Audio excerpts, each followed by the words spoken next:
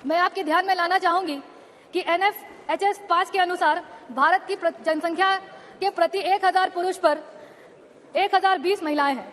इसलिए लोकसभा व राज्य की विधानसभाओं में 33% आरक्षण के बजाय 50% आरक्षण दो दिया जाए और इस आरक्षण को राज्यसभा और राज्य की विधान परिषदों में भी लागू किया जाए।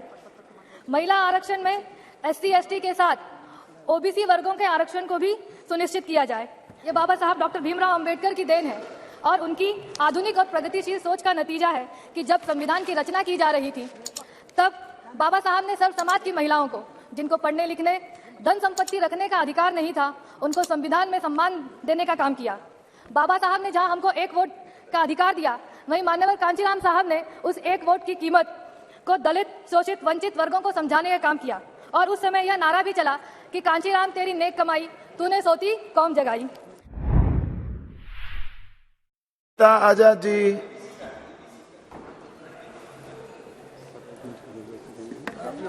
पति महोदय, जो आपने मुझे महिला आरक्षण विधेयक 2023 पर बोलने का मौका दिया, मैं आपके साथ साथ अपनी पार्टी बहुजन समाज पार्टी की मुखिया बहन कुमारी मायावती जी का भी बहुत बहुत आभार व्यक्त करती हूँ। सभापति महोदय, 19 सितंबर 2023 को इतिहास लिखा गया और हम सभी लोगों को उस इतिहास का गवाह बनने का मौका मिला, जहां हम लोग पुरानी संसद भवन से निकलकर नए संसद भवन में आने का गर्व महसूस किए। सभापति महोदय, हम नए सांसद जो 2019 में चुनकर आए, हम लोगों की शुरुआत पुराने संसद भवन से हुई और हम सभी लोग अपने कर्तव्यों का स्मरणीय यादें लेकर नए उमंग, नई उम्मीद और नए कर्तव्यों का संकल्प लेकर हम सभी लोग नए संसद भवन में आने का काम किए हैं और यहाँ आते ही माननीय प्रधानमंत्री जी द्वारा नारी शक्ति वंदन अधिनियम को सदन के पटल पर रखा गया, जिसकी मांग दशकों से थी और बहुजन समाज पार्टी ने कई बार, और मैंने स्वयं भी इस महिला आरक्षण विधेयक की मांग को कई बार सदन के पटल पर रखने का काम किया है। मैं और मेरी पार्टी बहुजन समाज पार्टी इस बिल का पूरे दिल से समर्थन करते हैं। सभापति महोदय, ये बाबा साहब डॉक्टर भीमराव अंबेडकर की देन है और उनकी आधुनिक और प्रगतिशील सोच का नतीजा है कि जब संविधान की रचना की जा रही थी तब बाबा साहब ने सर्व समाज की महिलाओं को, जिनको पढ़ने लिखने धन संपत्ति रखने का अधिकार नहीं था, उनको संविधान में सम्मान देने का काम किया।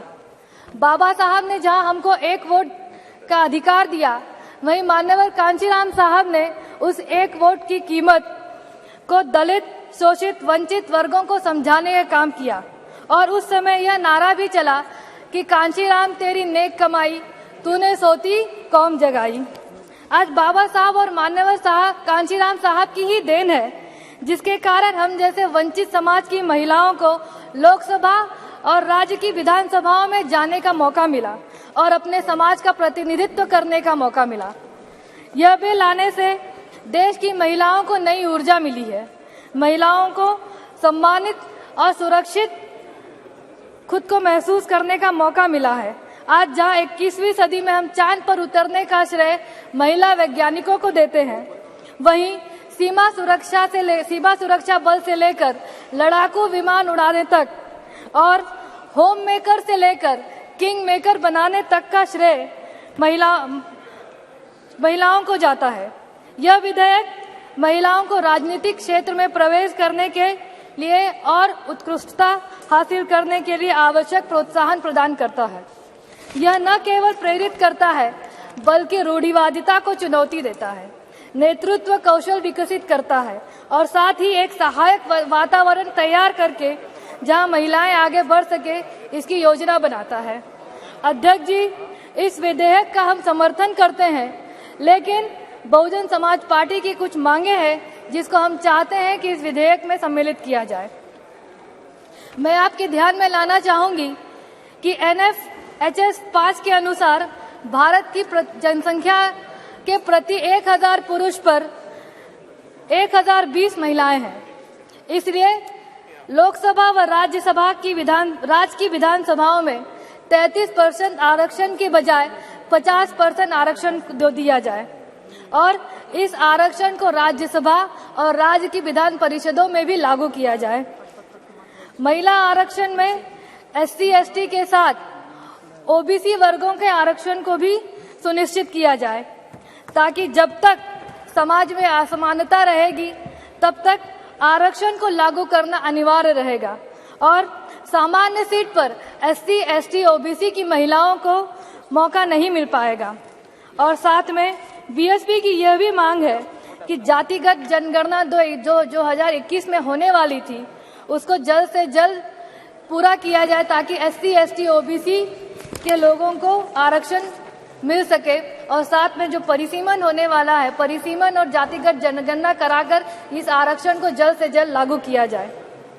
अध्यक्ष जी, यह महिला आरक्षण विधेयक सिर्फ और सिर्फ सरकार का चुनावी मुद्दा न बन जाए, इसको ध्यान में रखा जाए और इस महिला आरक्षण विधेयक को 2024 के आम चुनाव में जल्द से जल्द लागू कराया जाए। जी। किसी भी देश की उन्नति और विकास के लिए महिलाओं को समुचित विकास होना सर्वोपरि है। इन्हीं सब बातों के साथ इस बिल का समर्थन करते हुए मैं अपनी बात खत्म करती हूँ। बहुत बहुत धन्यवाद।